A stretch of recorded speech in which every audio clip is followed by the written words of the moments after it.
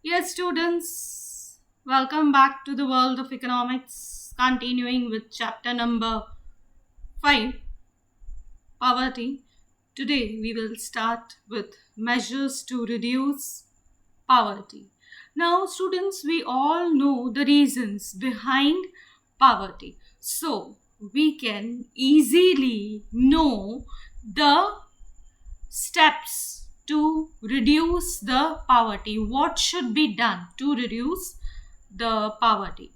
Now, very first one is to increase the agricultural productivity. Now, same thing, students, we all know maximum people in our country reside in rural area and villages, and their main way out to earn income is agriculture. So agriculture should be given more importance. Now, with the increase in productivity and income in agriculture laborer, it is but natural that the poverty can be reduced. Now, for this, public programs should be done. Farmers should be informed about the new technology. They should be informed about the rates that they will get from the market. Improved infrastructural facilities should be provided to them. For example, irrigation facilities should be provided to them.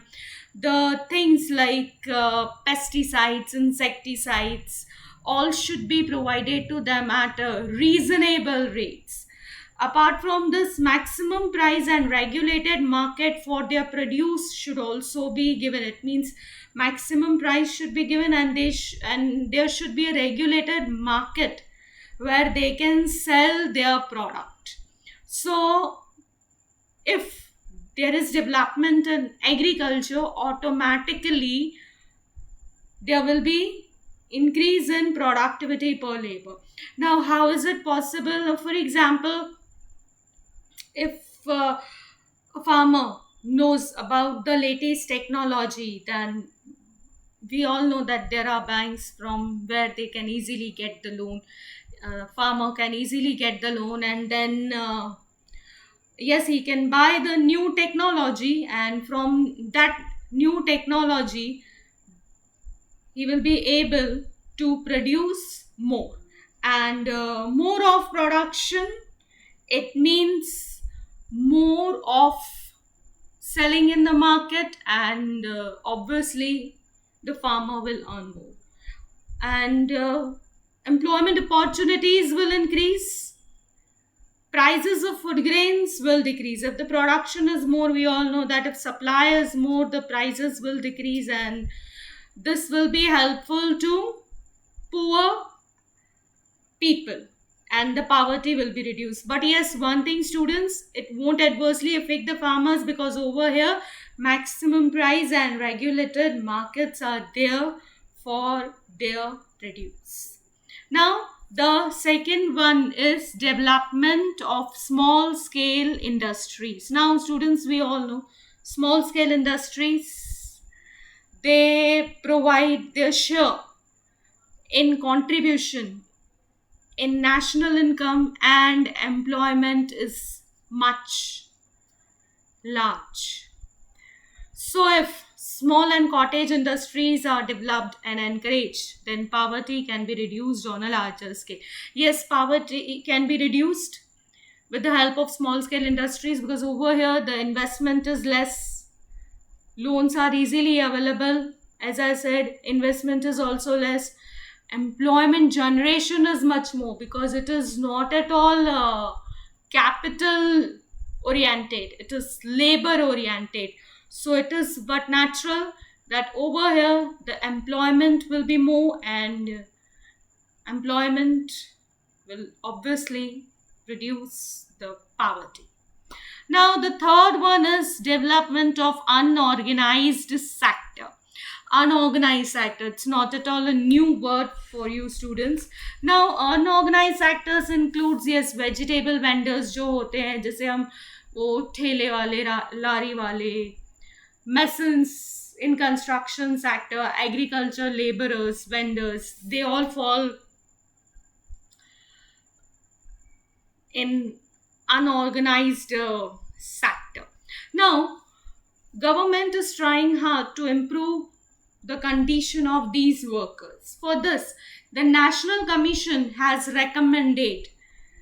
given suggestions to decide the working conditions. Yes, if their working conditions are proper, they will be able to work better. Life insurance, health, old age pension, and other social security measures. Moreover, for small and marginal farmers, it is recommended to provide them with irrigation facilities and loan facility. Yes, if irrigation facility, loan facility, this is what we have already discussed. If they are provided, especially the small and marginal farmers, then it will be helpful to the farmers, and obviously it will reduce the poverty. The fourth one is use of appropriate tax policy. Now, tax policy in our country is such that rich people are supposed to pay more tax, and the people, those who earn less, are supposed to pay less tax. Poor class is supposed to pay less tax because it is but natural that they are earning less, तो उनका tax भी कम होगा. So over here, with the help of this, redistribution of income can be done. So government uses tax policy to reduce the inequality of income and poverty by redistribution of income. अब जो tax government को rich people से मिलेगी, जो ज़्यादा amount में होगी as compare to the tax that is paid by the poor people, so the amount government can easily use for welfare oriented programs for poor people. So it is but natural. It will result into socio-economic conditions of poor people will automatically improve, and if the conditions are improving, the poverty will reduce. There will be reduction in income inequality also. Now the next one, the fifth one, is rise in human capital investment. Human capital investment means, students, over here investment is done in humans, providing them with proper training, उनको skilled बनाना, उनको educate करना. This is what is a very simple logic, that if a person is educated, if a person is skilled, then obviously the person will be able to, yes, produce more. वो ज़्यादा produce कर पाएगा, ज़्यादा produce कर पाएगा तो ज़्यादा earn भी कर पाएगा, and automatically poverty will reduce. So very simple, it's logical.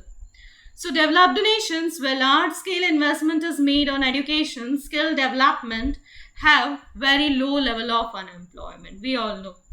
Now, as a result, over there the poverty is also less. So over here we can say that high level of education will satisfy the requirement of various employment opportunities and choices among the workers. Yes, they will be able to get the choice also कि हम यहाँ नहीं तो हमें यहाँ job मिल जाएगी.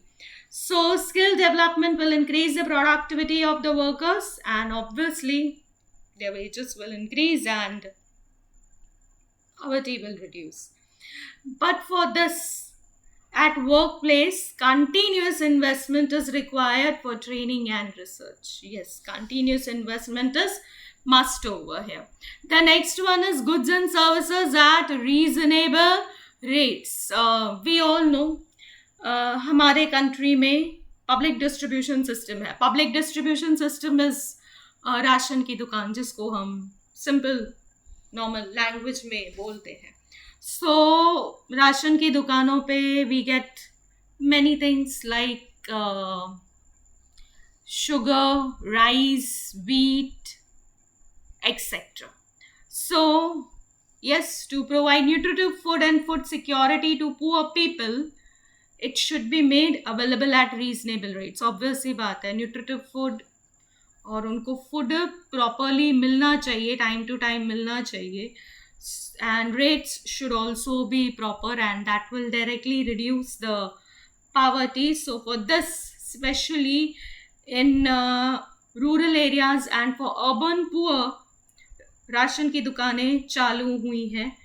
We all know they provide with basic utility of goods at reasonable prices.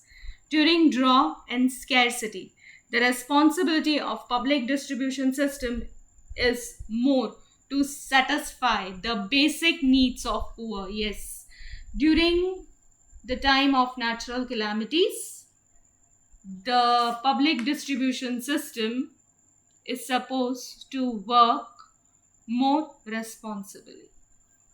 So, students, I hope I'm clear with all my today's topic. I'll continue with the same chapter in my next class also. Yes, students, thank you.